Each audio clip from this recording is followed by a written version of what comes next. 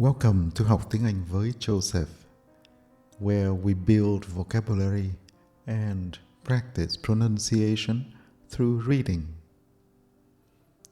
Continuing with The Cat in the Box, a history of science in 100 experiments, today we will read story number 77. Hôm nay chúng ta sẽ đọc câu chuyện số 77, The First Nuclear Reactor. Following the work of John Cockcroft and Ernest Walton, the Hungarian physicist Leo Szilard, then based in England, pointed out the possibility of a nuclear chain reaction. In such a process, if a neutron striking a nucleus caused it to release more neutrons, these neutrons in turn could trigger further nuclei to release neutrons in a self-sustaining and possibly runaway reaction.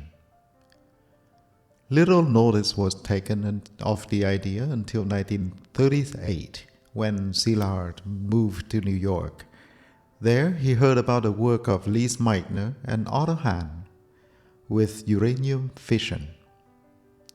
He realized that it might be possible to produce a self-sustaining uranium fission reaction, which would release energy as the uranium nuclei split. A small-scale experiment proved the idea in principle, and Szilard organized a letter to President Franklin D. Roosevelt warning of the possibility that the Germans might develop a nuclear bomb using this technique. Albert Einstein was persuaded to sign the letter, although he had nothing to do with this work.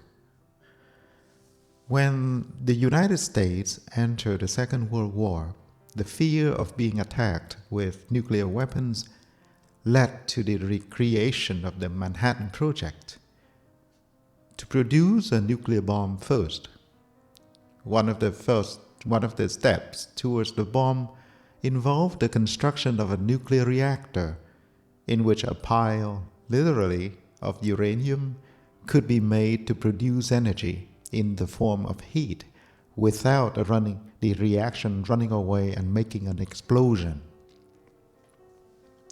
The person in charge of the construction of this experimental reactor was Enrico Fermi, who had moved to America because of the threat to his Jewish wife of the fascist regime in Italy. It depended on having just the right amount of uranium in one place, with a way to control the number of neutrons taking part in the reaction. In a very small lump of uranium, most of the neutrons produced by spontaneous fission escaped from the surface and do not trigger the fission of other nuclei. In a very large lump of uranium, neutrons from fission that occurs inside a metal will be likely to hit another nuclei before they can escape, triggering more fission in a runaway process that causes an explosion. The reactor built under Fermi's direction inside an unused squash court at the University of Chicago struck a balance between these extremes. The reactor was known as Chicago Pile No. 1 or CP1.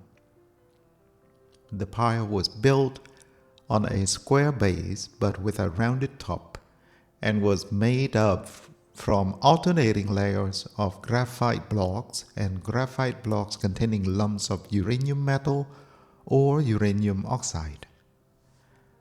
Graphite absorbs or slows down neutrons, so it helps to moderate the reaction. Fermi and Szilard had calculated that placing the uranium in blocks of moderating material, forming a cubical lattice of uranium, would give the best chance for a neutron from one uranium atom to encounter the nucleus of another uranium atom. The key control mechanism, however, was a rod made of cadmium, which absorbs neutrons that could be moved in or out of the pile as required. With the rod inserted, neutrons would be absorbed and there would be no chain reaction. With the rod removed, the neutrons could fly freely to trigger fission and keep the reaction going. Fermi calculated that a pile of these graphite blocks 56 layers high would contain enough uranium to produce a self-sustaining nuclear reaction. So CP1 was built 57 layers high. The finished reactor had cost roughly $1 million to manufacture and contained 771,000 pounds or 350 tons of graphite, 30,590 pounds of or 37 tons of uranium oxide, and 12,400 pounds or 5.6 tons of uranium metal. It was 25 feet, 8 meter wide, and 20 feet, 6 meter high.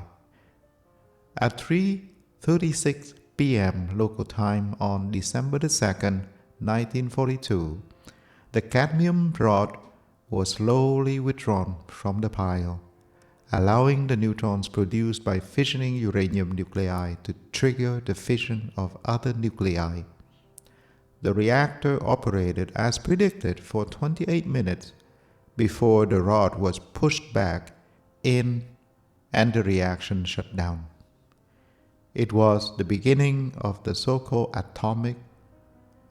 nuclear age. The success of CP1 showed not only that a nuclear chain reaction could be produced artificially, but even more importantly, that it could be controlled. The maximum power output from the reactor was only some 200 watts, enough to run an incandescent light bulb. But as Fermi later said, we all hoped that with the end of the war, emphasis would be shifted decidedly from the weapon to the peaceful aspects of energy, atomic energy, including the building of power plants. But he did not live to see the full fruition of this dream. Built under wartime emergency conditions, Chicago Pile 1 had no radiation shielding of any kind. On November 28, 1954, at the age of 53, Enrico Fermi died of stomach cancer, possibly caused by his work with radioactive material.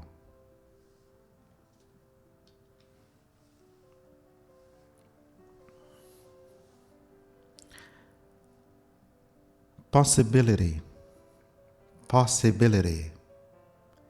Nuclear chain reaction. Runaway reaction.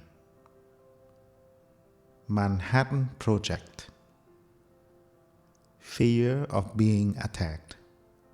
Fear of being attacked. Squash court.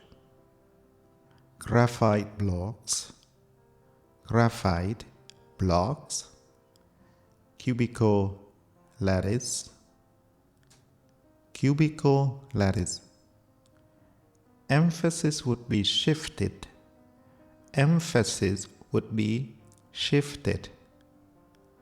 Fruition of this dream. Fruition, not fruit, fruition of this dream. Thank you so much for your time, and as usual, I will see you in the next story. Bye for now.